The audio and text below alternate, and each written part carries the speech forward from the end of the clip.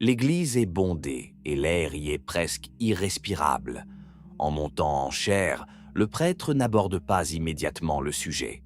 D'abord, il regarde l'assemblée et dit « Je sais qu'il fait très chaud, c'est pourquoi je serai bref, mais nous ne pouvons pas éluder ce sujet aujourd'hui. » Il ne s'agit pas d'une homélie ordinaire. Car à cette époque, la fraternité Saint-Piet-X traversait une période tumultueuse, et pas seulement au sens figuré, comme nous le verrons à la fin.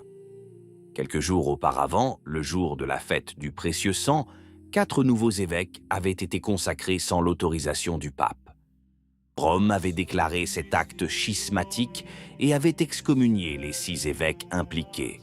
Tout comme en 1988, lorsque Lefebvre avait consacré ses 4 évêques et avait été excommunié. Mais cette fois, avec une différence significative. Rome a déclaré que même les prêtres et les religieux de la fraternité sont excommuniés, et même certains fidèles, les membres du tiers-ordre et ceux qui partagent formellement les positions doctrinales de la fraternité. Et là, le prêtre appuie sur le bouton. Que sont ces positions doctrinales? Rien d'autre, dit-il, que ce que l'Église a toujours enseigné. Le rejet des erreurs et des ambiguïtés de Vatican II et de la Nouvelle Messe. En pratique, on est excommunié pour avoir conservé la foi de tous les temps. Avant d'arriver à la scène finale, il y a cependant les paroles par lesquelles les prêtres ont rompu le silence, car ces derniers jours, ils se sont exprimés ouvertement, et ils ont également répondu à Fernandez. Le préfet a déclaré que la fraternité n'a pas jugé utile le dialogue que nous avions proposé, une affirmation qui, de fait, leur impute la responsabilité de la rupture. La réaction des prêtres est calme mais ferme. Ils se disent profondément attristés, car le supérieur général avait sollicité et imploré une audience auprès du pape, en vain. De plus, la lettre n'est arrivée qu'hier, la veille de la consécration. C'est très triste pour nous que le pape n'ait pas voulu voir l'un de ses fils, disent-ils, avant de pouvoir s'exprimer. Le supérieur voulait lui dire en personne ce qu'il ressentait et ce que ressentent des milliers d'âmes à travers le monde qui attendent que ces prêtres reçoivent la grâce dont elles ont besoin. Et ils apportent une précision importante. Ce n'est pas le dialogue qu'ils ont refusé, c'est le moment. Rome a demandé le report des consécrations et seulement après de pouvoir dialoguer. Ils étaient disposés à parler, mais pas à cette condition. Maintenant que les consécrations sont terminées, disent-ils, nous aurons peut-être le temps de nous asseoir et de discuter. Se pose alors l'inévitable question. Qu'auraient pensé Lefebvre et l'évêque Williamson, figure aussi aimée que controversée au sein de la société, de cette journée? La réponse est sereine. Lefebvre serait très heureux de la croissance de la fraternité et verrait encore davantage, dans l'état actuel de l'Église, combien ces évêques sont nécessaires. Et il y a même un détail réconfortant pour les fidèles d'outre-mer. Pour la première fois de son histoire, la compagnie compte un évêque américain. Un petit signe, au milieu des nouvelles d'excommunication, que cette réalité ne disparaît pas, mais se développe. Mais le cœur de tout cela, ce qui a donné la chair de poule aux milliers de fidèles présents, c'est le sermon. Et le prêtre le construit autour d'un avertissement. Face à cette situation, dit-il, il y a 2 réactions contre lesquelles il faut se prémunir.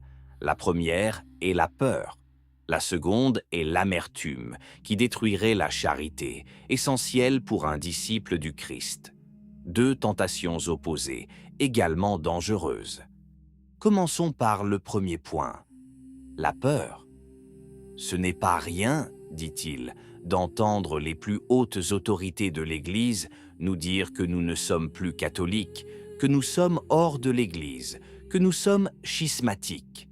Nous savons que c'est impossible. Pourquoi cela ne serait-il pas possible? Parce qu'ils chérissent tout ce que l'Église enseigne, parce qu'ils pratiquent leur foi catholique. et surtout à cause d'une phrase qu'il convient d'écouter attentivement. Nous reconnaissons le pape comme l'autorité suprême de l'Église et comme le vicaire du Christ, et nous voulons le considérer comme notre véritable Père, notre Père spirituel. C'est le passage qui tranche comme une lame, car il distingue la société de ceux qui, comme Vigano, ont glissé vers le sédévacantisme. Ces prêtres reconnaissent le pape, l'appellent Père et prient pour lui. Ils ne disent pas que le trône est vacant. Ils ne déclarent pas le pontife déposé. Ils restent à l'intérieur, même lorsqu'ils en sont expulsés. Le prêtre déconstruit alors un raisonnement que nous utilisons tous inconsciemment, celui des chiffres. Nous avons l'habitude d'analyser les choses démocratiquement. Nous regardons les chiffres et nous disons « la vérité est là ». Mais il n'en a jamais été ainsi. La vérité est objective. Être quelques-uns contre le monde ne signifie pas avoir tort. Et il donne un exemple poignant. Il raconte une messe célébrée à Londres pour le tout soi-disant 50e anniversaire d'un couple homosexuel où un cardinal a prêché. Il a été applaudi, dit-il, pour son ouverture d'esprit et sa tolérance. Applaudi. Et c'est nous qui avons été excommuniés. Et ce n'est qu'un exemple parmi tant d'autres. Il aborde ensuite le second danger, l'amertume. Les sanctions, rappelle-t-il, sont objectivement injustes, comme Pagliarani l'avait écrit au pape. Et on ne peut les définir que d'une seule façon, extrêmement sévère. Ils comprennent les fidèles du troisième ordre, qui soumettent les âmes à un jugement au cas par cas, pour déterminer si elles sont schismatiques. Et là, sa voix se fait pressante. À quoi ressemble toute cette sollicitude pastorale?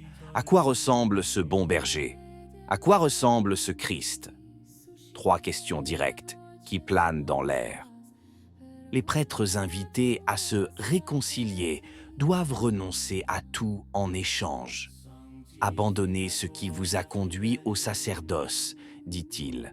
Abandonnez la pureté de la doctrine et abandonnez la messe qui est au cœur de votre Église. C'est tout simplement extrêmement dur. Pourtant, et c'est là toute la grandeur de ce sermon, le prêtre ne laisse aucune place à la haine. Pour nous, Jésus-Christ est tout, dit-il, et l'esprit de Jésus-Christ est l'esprit de charité. L'amour de Dieu, de l'Église, des âmes, et même, ajoute-t-il, l'amour des âmes qui nous font du mal. Puis il lève les yeux et l'excommunication prend une autre dimension. Le Christ lui-même, se souvient-il, était haï par les autorités religieuses de son temps. Ils l'ont crucifié hors de Jérusalem, hors de la ville sainte, pour montrer qu'il était excommunié, et quiconque restait avec notre Seigneur était menacé de la même excommunication. Le serviteur n'est pas plus grand que son maître, cite-t-il l'Évangile. S'ils m'ont persécuté, ils vous persécuteront aussi, ils vous chasseront des synagogues. Et ainsi, dit-il, l'Église aujourd'hui vit cette même passion, ce même calvaire.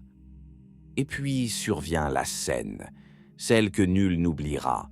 Lors de la cérémonie de consécration, après la consécration des nouveaux évêques et la consécration de la messe sur l'autel, juste avant la communion des fidèles, le ciel s'ouvre. Il y a eu une tempête terrifiante, raconte-t-il, la pire que j'ai jamais vue. Le vent déchirait tout, la pluie tombait à torrents et tout s'est arrêté. Impossible de distribuer la communion. Des milliers de fidèles étaient dehors, sans aucun abri. Et alors, au lieu de fuir, ils se mirent à prier. Des milliers de personnes, sous une pluie battante, au milieu des éclairs, du tonnerre et du vent, chantaient, raconte-t-il, le chapelet chanté à plein poumon au cœur de la tempête. Ils ont récité la première dizaine pour être protégés de la tempête. Puis ils ont prié pour les évêques. Et ensuite, et c'est là le plus surprenant, ils ont prié pour le Saint-Père. Et nous avons prié pour le Saint-Père, dit-il, qu'il l'aide l'Église, qu'il la guide comme notre vrai Père.